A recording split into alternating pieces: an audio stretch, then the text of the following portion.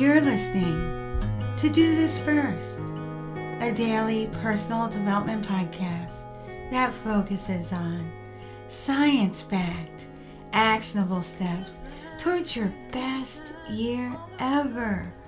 Hi, I'm Sandy, your host. Today, we're unpacking the second installment of our new 10-part series, Autumn, a Time for Reflection. Yesterday, we talked about reflection versus rumination. Both of the processes require introspection. However, when we ruminate, we focus on the negative aspects. When we reflect, we approach the past and potential future with a solution-based mindset. That is the difference. Today, we're talking about learning from other people's mistakes. As the autumn season is a good time to reassess, strategize, and set up for the coming year.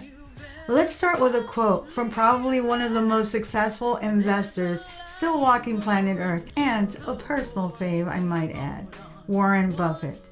The quote is as follows: "It's good to learn from your mistakes. It's better to learn from other people's mistakes." What the great Oracle of Omaha is saying, and that is Buffett's nickname, by the way, is that it's better to learn the lessons that mistakes can bless you with vicariously. The train of thought of learning through observation falls into the Bandura social learning theory. The theory suggests that we can learn new behaviors by observing and uncovering the perils and the benefits of those behaviors and doing the same or not, depending on the observed or perceived outcomes.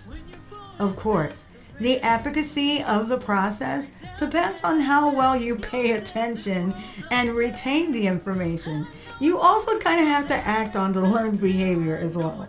This process of observational learning is a form of vicarious learning, which science is still exploring, as it is more complex than what it seems, as it involves cognitive, social, and neurological processes.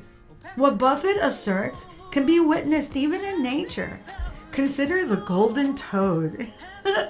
The golden toad was once too numerous to count where they were natively found in the Monteverde area of Costa Rica. Disturbances in their ecology due to natural disasters, among other things, wiped out the entire population. A lone little golden toad was last seen in 1989.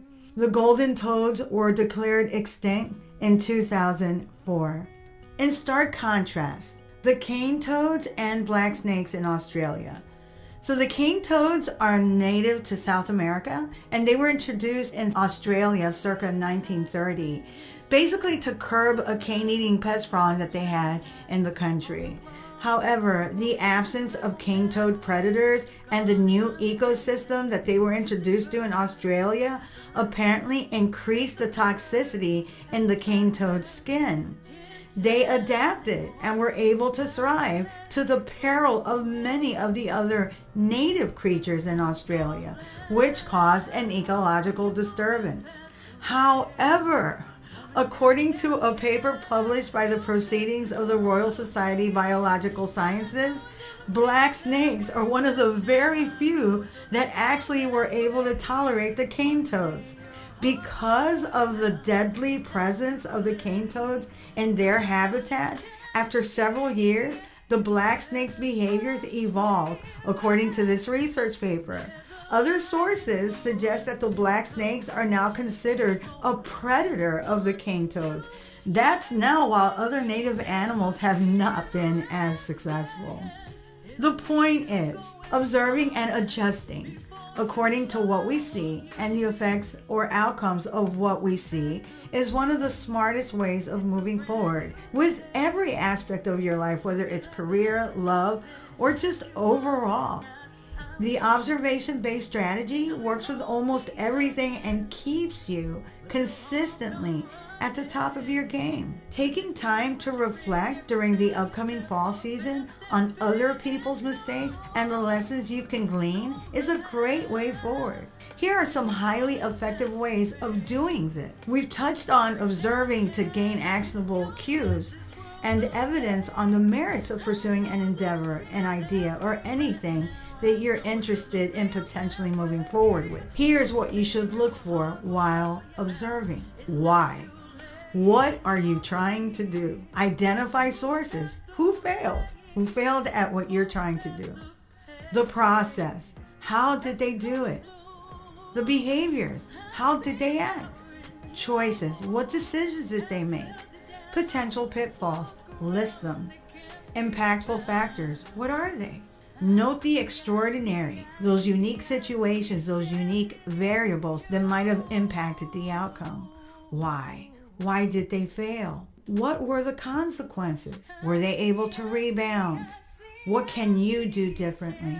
It's important to look at a variety of people, as you can gain different perspectives on what not to do and what you should do. Always try to include people that are similar to you in some way, but not exclusively.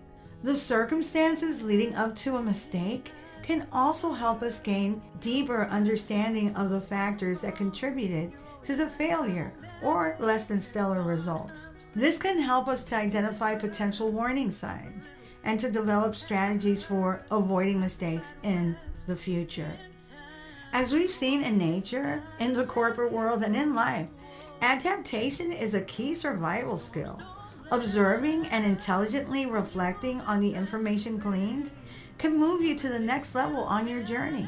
Again, this strategy works for almost every area of life. Reflection is a learning tool. When you glean insights through observation and apply reflection, you will see the areas in yourself that need to be strengthened. You should also be able to see where you are already strong and can start to think of ways to capitalize on those strengths. From a strategic point of view, though, I will say, and it does depend on the situation as well, but sometimes it makes more sense to focus on your strengths while quietly working on your weaknesses. Focusing on strengths will keep you moving forward, as building weaker areas is often an ongoing process. To expand your knowledge on learning from other people's mistakes, I would like to suggest these 3 books: The 5 Elements of Effective Thinking by Edward B. Berger and Michael Starboard. Failing Forward, Turning Mistakes into Stepping Stones for Success by John C. Maxwell. What I Learned Losing $1 Million by Jim Paul and Brendan Moynihan. In the last book, Jim Paul is a successful trader, and he's experienced a dramatic turnaround when he loses $1 million in the financial markets. This is a true story, by the way. Jim reflects on what happened and the psychological roller coaster that precipitated the financial blow. What I Learned Losing $1 Million serves as a tale about the pitfalls of trading and investing, while simultaneously providing meaningful lessons about resilience, psychological awareness, and the value of learning from failures. Autumn is a time for reflection. On August 20th, 2024, when I published this podcast episode, we were exactly 47,520 minutes away from fall, or 792 hours if you prefer, or 33 days. Now is the time to start or continue taking steps towards what you want. One of the best ways of strategically positioning yourself for success is by learning from other people's failures. To read a full transcript of this podcast episode, visit dothisfirst.life. You can also sign up for my weekly newsletter, and you can listen to all 234 podcast episodes. My YouTube channel is at Do This First, and I'm currently at over 7,000 subscribers. Thanks to all who have subscribed. Tomorrow, we'll unpack episode number 3 on autumn, a time for reflection. Till tomorrow. Moving past the rain.